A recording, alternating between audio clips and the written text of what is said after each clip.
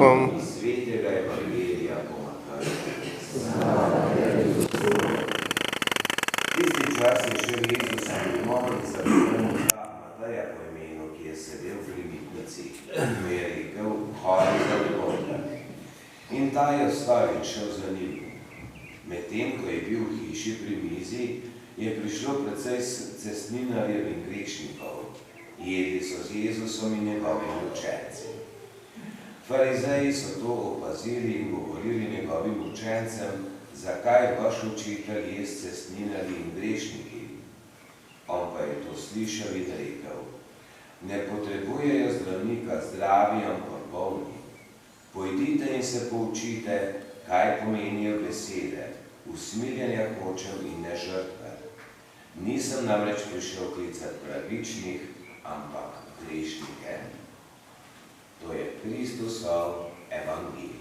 Hvala tebi, Kristus.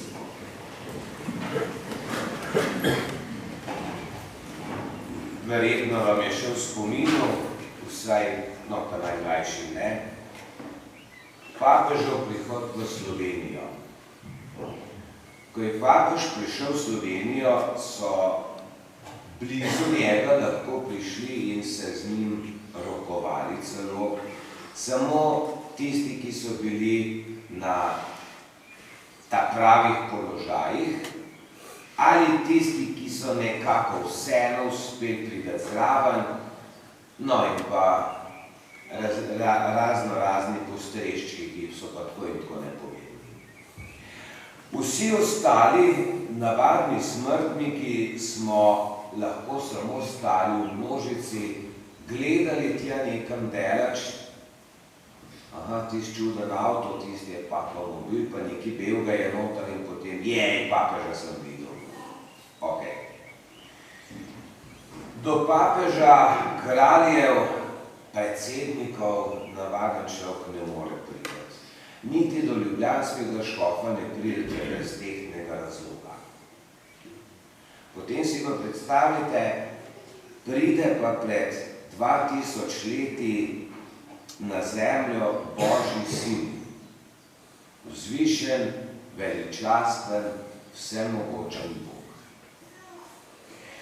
In on se druži namesto z vplivneži, s kronanimi glavami in tako naprej, se druži na veliko začudenje z ljudmi, kot smo mi. Jezusa nam ne bi bilo treba gledati tam nekje oddaleč, ko bi se vozil v nekem Jezus mobilu, ne? Ampak bi lahko prosto dostopal do njega. In to je za nas tisto, kar je zares pomembno in pa zveličavno. Če bi Jezus ravnal drugače, potem bi lahko rekli, gorje nam, smo brez Boga.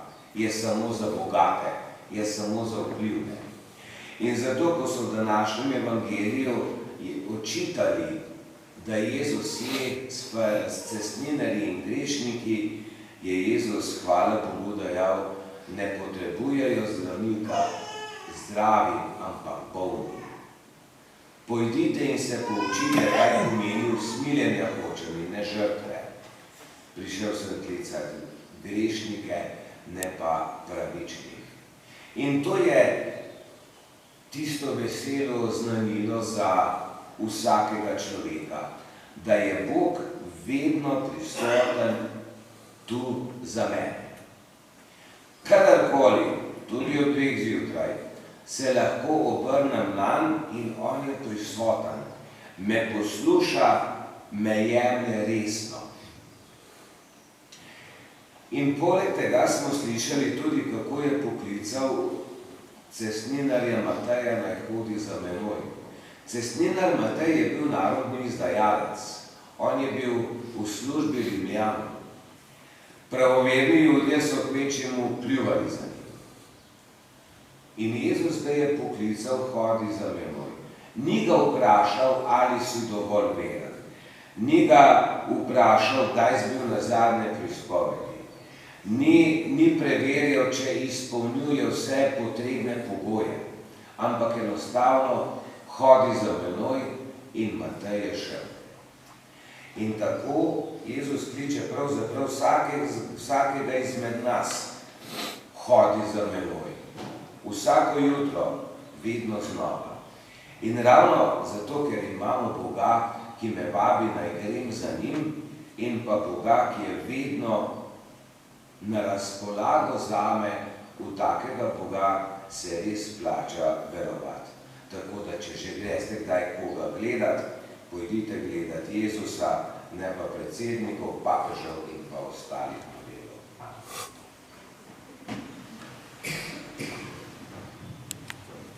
Povstanite in spomeno.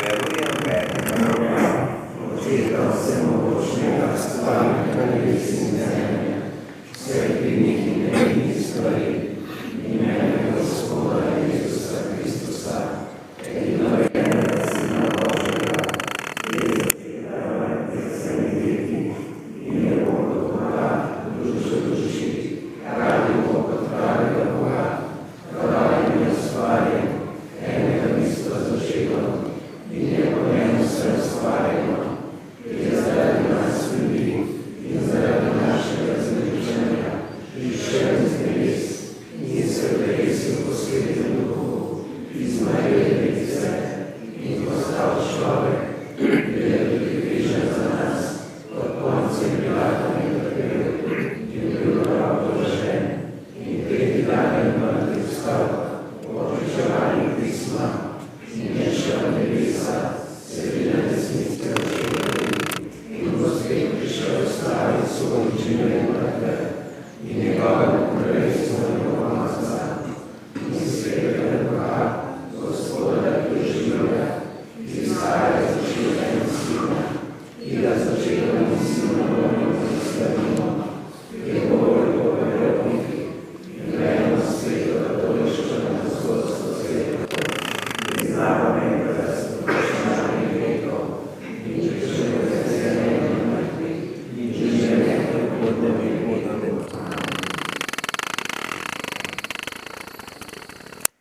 Bratje in sestre, Gospod Jezus nam naroča, naj ljubimo tudi tiste, ki nam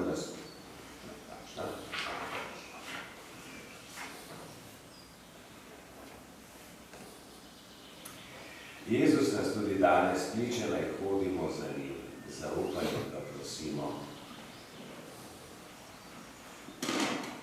Navdihuj kristjane, da se bodo svoje različnosti spoštovali in iskali skupne poti. Prosimo, da različi nas.